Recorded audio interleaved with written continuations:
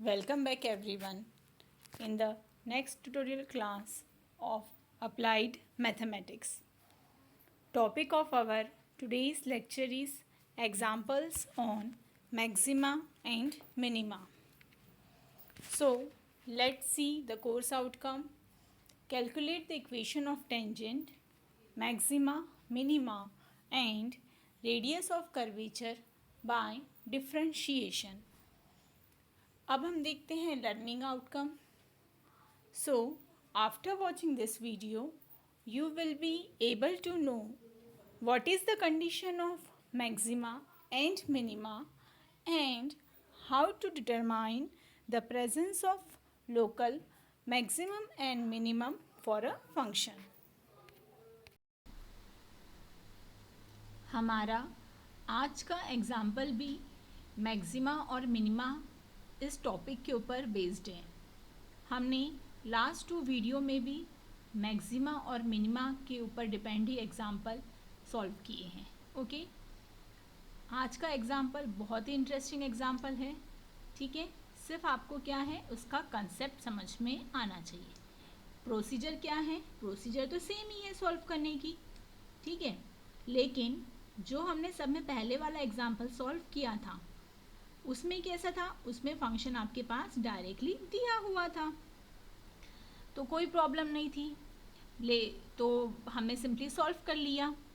उसके बाद हमने लास्ट वीडियो में देखा कि क्या था, हमारे पास एक कंडीशन थी, उसे सॉल्व करते हुए हमने क्या किया, एक इक्वेशन बनाया जो कि हमारा फंक्शन हो गया y इक्वल टू, और फिर हमने जो भी हमारी वर्किंग रूल था उसे सॉल्व करते हुए हमने बता दिया कि वह मैक्सिमा है कि मिनिमा है.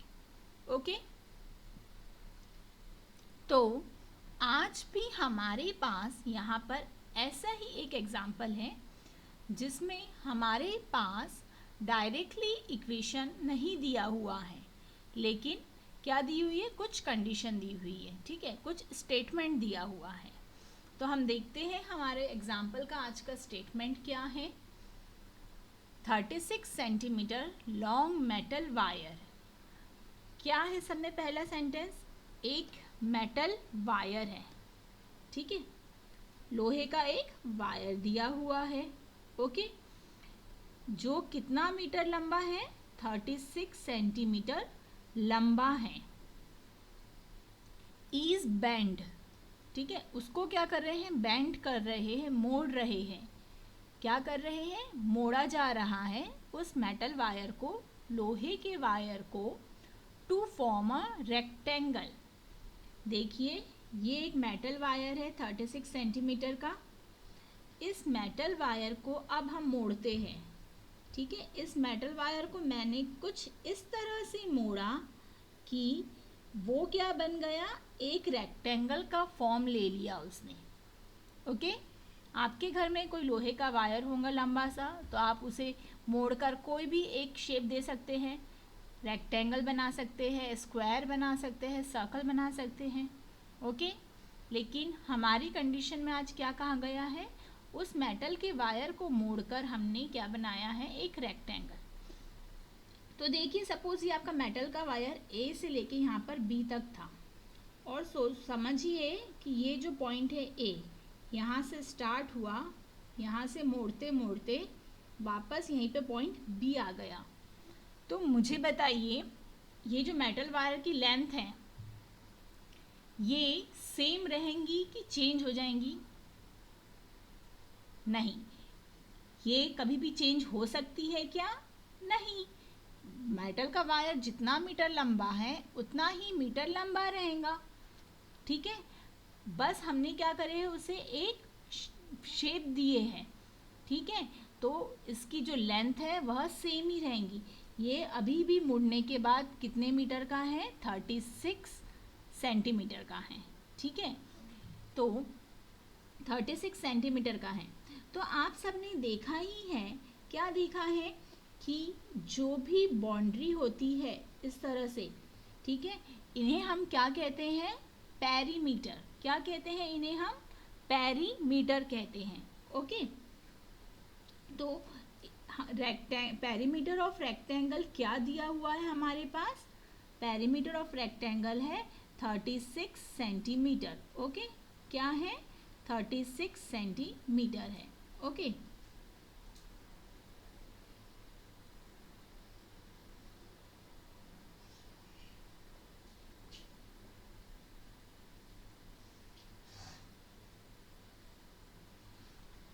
तो ये जो साइड है और ये जो साइड है रेक्टेंगल के अपोजिट साइड कैसे रहते हैं? सेम रहते हैं। कैसे रहते हैं? सेम। आमने सामने के साइड रेक्टेंगल के सेम रहते हैं हमेशा। तो ये साइड के इक्वल हुआ और ये साइड के। ओके, अगर हमने इसे x ले लिया तो ये भी क्या रहेगा? x। और ये y लिया तो ये भी लेंथ क्या रहेंगी? y रहेंगी। ओके, तो ये मेटल वायर जो कि अभी रेक्टेंगल के शेप में बन चुका है, इसकी लेंथ कितनी है? Total length 36 centimetre. इसका मतलब कि क्या हुआ? इसका मतलब यह हुआ कि ये जो x plus Y plus X plus Y equal to क्या है? 36 सेंटीमीटर। हमने माना कि ये जो मेटल वायर हमने रेक्टेंगल शेप में लिया है वो ए बी सी डी, ए से लेके बी तक के x सेंटीमीटर का है, बी से लेके सी तक के y सेंटीमीटर का है, सी से लेके डी तक के x सेंटीमीटर का है और डी से लेके ए तक के y सेंटीमीटर का है। ओके, फिर हमने इन सबको चारों को प्लस कर दिया, लेकिन हमारे पास इस मेटल वायर की टोटल लेंथ तो पहले से दी हुई है, वो क्या है? 36 सेंटीमीटर। अब इन्हें सॉल्व करते हैं। पहले x प्लस एक्स ये हो जाएगा 2x and y plus Y 2y। Okay, equal to 36। हम लेफ्ट हैंड साइड में से 2 को कॉमन लेते हैं तो यहाँ हो जाएगा x plus Y equal to 36। x plus Y equal to 36 divided by 2। 2 left hand side में मल्टीप्लिकेशन में था, हमने उसे राइट हैंड साइड में लाया तो वह डिवीज़न में कन्वर्ट हो गया। x plus Y equal to 18। Okay, हमें x प्लस वाई क्या मिल गया है? 18 मिल गया है। तो यहाँ से अगर हम y फाइंड करना चाहें तो y इक्वल टू क्या हो सकता है? 18 माइनस एक्स। ओके, क्या हो सकता है? 18 माइनस एक्स। जो हमारी लेंथ है, लेंथ वो क्या है? y है और ब्रेथ है वो क्या है? हमारी x है। ओके, तो एरिया ऑफ रेक्टेंगल क्या होता है? एरिया ऑफ रेक्टेंगल क्या होता है? L इंटू बी होता है। ये सभी को पता ही है। तो देखिए फिर से एक बार स्टेटमेंट को ध्यान से सुनेंगे। 36 centimetre long metal wire is bend to form a rectangle. एक 36 सेंटीमीटर का मेटल का वायर था जिसे मोड़कर एक रेक्टेंगल बनाया गया। ओके, तो हमने रेक्टेंगल बनाया, उस रेक्टेंगल की टोटल लेंथ थी 36 सेंटीमीटर। तो हमने उसके अकॉर्डिंगली हमें क्या मिला? एक इक्वेशन मिल गया y equal to 18 minus X. हमें क्या फाइंड करने के लिए कहा गया है? Find its dimension. Dimension means length और ब्रेथ, रेक्टेंगल की लेंथ और ब्रेथ फाइंड करना है। When it's area is maximum, जब क्या है उसका एरिया मैक्सिमम आता है उस वक्त। ठीक है, तो अब हमें एरिया इज मैक्सिमम बताना है, तो एरिया के लिए कंडीशन क्या होती है? L इंटू बी होती है। ओके, तो L का मतलब क्या है? y और B का मतलब क्या है? x। ओके, हाँ, so therefore A is equal to, हम लिख सकते हैं L इंटू बी, और L को हमने लिया है, क्या लिया है हमने L को? लेंथ हमारी है y और ब्रेथ क्या है हमारी x। ओके, तो y हमें क्या मिला है 18 माइनस x मिला है। ओके ओके ये हमारी ब्रेथ होती है, ये हमारी लेंथ होती है, तो इसे हम लेंथ को x ले लेते हैं। लेंथ को x लिया हमने, ब्रेथ को y लिया। ठीक है, चौड़ाई, तो ये यहाँ पर भी हमारा हो जाएगा x इंटू वाई। थोड़ा सा चेंज कर रहे हैं यहाँ पर। हाँ, तो l इंटू बी लिखा हमने, तो l क्या है हमारा, l है हमारा x और b क्या है हमारा y। तो x तो हमने जैसे कि वैसे ही रहने दिया, लेकिन हमें y की वैल्यू क्या मिली है, y हमें मिला है 18 माइनस x। ओके, x से हम ब्रैकेट को मल्टीप्लाई करेंगे तो ये मिल जाएगा 18x minus x into x का स्क्वायर। ओके, तो इस तरह से अब हमें क्या मिल गया, एक इक्वेशन मिल गया जिसे हम देंगे इक्वेशन नंबर 1। कुछ स्टूडेंट सोच सकते हैं कि y equal to 18 minus X, ये भी तो एक इक्वेशन मिल गया, इक्वेशन नंबर 1, लेकिन हमने इसे इक्वेशन नंबर 1 क्यों नहीं लिया। तो सुनिए, हमने इसे इक्वेशन नंबर 1 क्यों नहीं लिया, बिकॉज कि वहाँ पर आपके पास कंडीशन दी हुई है। क्या कंडीशन दी हुई है आपके पास, when it's area is maximum. आपको एरिया के लिए निकालना है, एरिया कब मैक्सिमम है। तो एरिया पहले आपने निकाला ही नहीं अभी, तो एरिया मतलब क्या होता है, लेंथ इंटू ब्रेथ होता है। ओके, हमने एरिया निकाला ही नहीं, तो हम कैसे बताएंगे कि वह मैक्सिमम है कि मिनिमम है। मैक्सिमम कब आएगा, जब सेकेंड ऑर्डर डेरिवेटिव कैसा होगा, लेस देन 0 होगा। लेकिन किसका सेकेंड ऑर्डर डेरिवेटिव, एरिया का। ओके, किसका सेकेंड ऑर्डर डेरिवेटिव, एरिया का। इसीलिए हमें पहले क्या निकालना पड़ेगा, उसका एरिया। तो इसलिए हमने एरिया ऑफ रेक्टेंगल का फॉर्मूला यहाँ पर अप्लाई किया। ठीक है, और फिर हमने उसे वहाँ पर जो हमें वैल्यू मिली है वो वैल्यू रखकर हमें क्या मिल गया, इक्वेशन नंबर 1। अब हम फिर से वही सेम स्टेप फॉलो करेंगे जो हम मैक्सिमम या मिनिमम पॉइंट फाइंड आउट करने के लिए करते हैं। तो अब हमें यहाँ पर क्या करना है, इसे सब में पहले differentiate with respect to x। तो ये हो जाएगा d by D X of a equal to d by D X of 18x minus X square. Okay,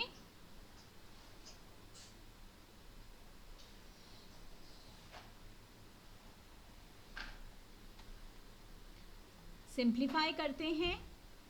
separately हम अब डेरिवेटिव प्रोवाइड करेंगे।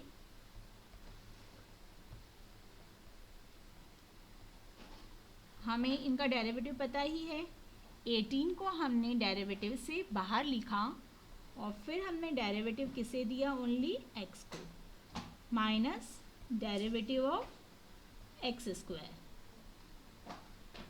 डेरिवेटिव ऑफ x क्या हो जाता है, 1, और derivative of x square 2x। कौन सा फॉर्मूला अप्लाई किया हमने, derivative of x raise to the power n वाला। ठीक है, n की जगह यहाँ दिया हुआ है 2। तो हमें dA बाई डी एक्स की वैल्यू मिल चुकी है, क्या मिली है, 18 माइनस 2x। जब भी हम डेरिवेटिव फाइंड कर लेते हैं फर्स्ट ऑर्डर का, उसे हम क्या देते हैं, इक्वेशन नंबर 2। उसके बाद लेकिन हमारे पास क्या रहती है, कंडीशन रहती है, बट कंडीशन फॉर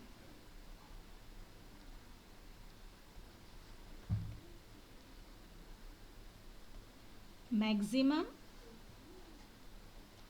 एंड, या फिर मैक्सिमा भी कह सकते हैं उसे,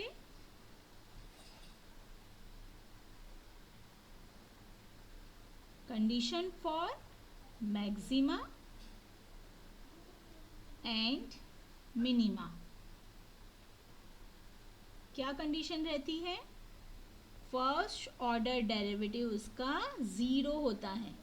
यहाँ पर वेरिएबल a यूज़ हुआ है, इसीलिए हम dA by dx equal to 0 लिखेंगे। इसे हम देंगे इक्वेशन नंबर 3। अब फिर से हम देख रहे हैं कि हमारा इक्वेशन नंबर 2 और 3 दोनों कैसा है, उसका लेफ्ट हैंड साइड सेम है। तो हम क्या कह सकते हैं, from equation 2 and 3 right hand side भी कैसे होंगे, इक्वल होंगे। 18 माइनस 2x इक्वल टू 0। तो इससे हम x की वैल्यू निकाल लेते हैं। Minus 2x as it is, 18 को हमने राइट हैंड साइड में लेके गया तो माइनस 18 हो जाएगा वो, ठीक है। प्लस 18 था, दूसरे तरफ लेके जाएंगे तो माइनस 18। तो x फाइंड करना है हमें, minus 18 divided by minus 2। Okay, minus और minus sign get cancel. Okay, तो x की वैल्यू हमें मिल गई है 9, ठीक है। x की वैल्यू हमें मिल चुकी है 9। इसका मतलब कि हमें क्या मिल चुका है, हमें लेंथ मिल चुकी है और हमें ब्रेथ चाहिए।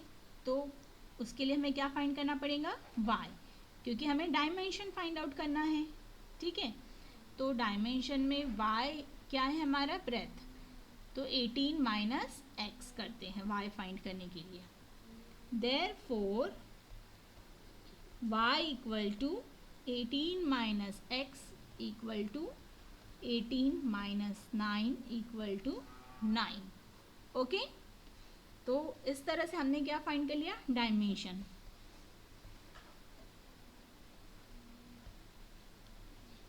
डायमेंशन मिल गए हमें। लेंथ को हमने लिया था x, वो हमें मिल चुकी है 9 सेंटीमीटर। ब्रेथ हमने लिया था y, वो भी हमें मिल चुकी है 9 सेंटीमीटर। ओके, लेकिन हमें एग्जाम्पल में यह भी बताना है कि वो जो एरिया है वो कैसा है, मैक्सिमम है।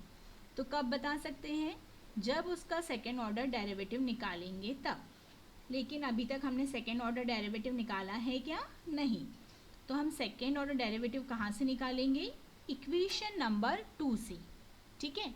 इक्वेशन नंबर 2 को हम जब एक बार फिर से डिफ्रेंशिएट करेंगे तब हमें मिलेगा कि उसका एरिया कैसा है, मैक्सिमम है, ठीक है।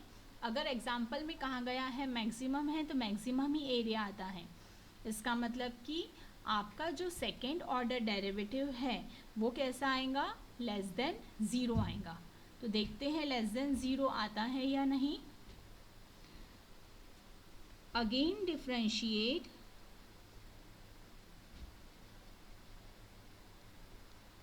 Equation 2 with respect to x। Equation 2 था हमारा dy by D X, sorry y नहीं है यहाँ पर, क्या है, dA बाई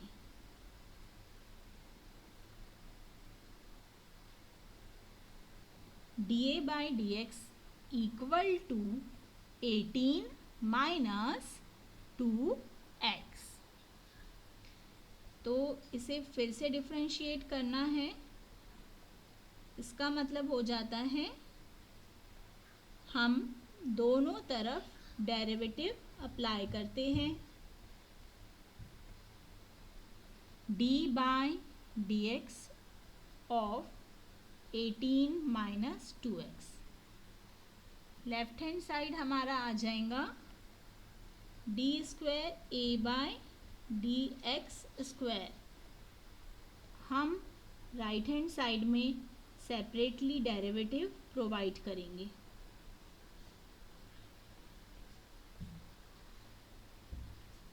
डेरिवेटिव ऑफ 18 हो जाएगा 0, बिकॉज की कांस्टेंट का डेरिवेटिव 0 होता है। माइनस का साइन जैसे का वैसा, हमने यहाँ से 2 को क्या किया, डेरिवेटिव से बाहर लिखा।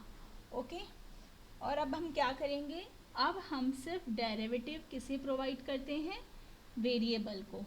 Okay, equal to 0 minus 2 as it is, derivative of x 1। 0 नहीं लिखा तो भी चलेगा, 2 इंटू 1 2, माइनस का साइन जैसे का वैसा। ये हमें क्या मिल गया है, ये हमें मिल गया है सेकेंड ऑर्डर डेरिवेटिव। और ये कैसा आया है, ये आया है लेस देन 0। लेस देन 0 का मतलब क्या होता है कि जो आपका एरिया है वो कैसा है, वो मैक्सिमम है। Okay, therefore area is maximum. Okay, और यही हमें क्या करने के लिए कहा गया था, फाइंड करने के लिए कहा गया था। ओके, तो यहाँ पर हमें डायमेंशन फाइंड करना था, इसका मतलब कि लेंथ और ब्रेथ फाइंड आउट करना था और एरिया फाइंड करना था।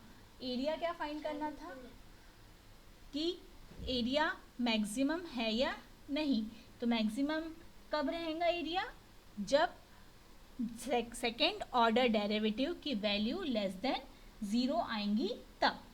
ठीक है, हाँ, तो इसे बहुत ध्यान से देखिए और इसे सब में पहले नोट डाउन करेंगे और उसके बाद इसके ऊपर जो भी बेस्ड एग्जाम्पल आपको दिए जा रहे हैं उन्हें सॉल्व करने की प्रैक्टिस करेंगे।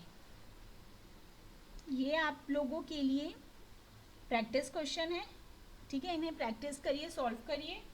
ओके, और अपने आंसर यहाँ पर टैली करेंगे आप लोग। Our upcoming topic is radius of curvature. Thank you.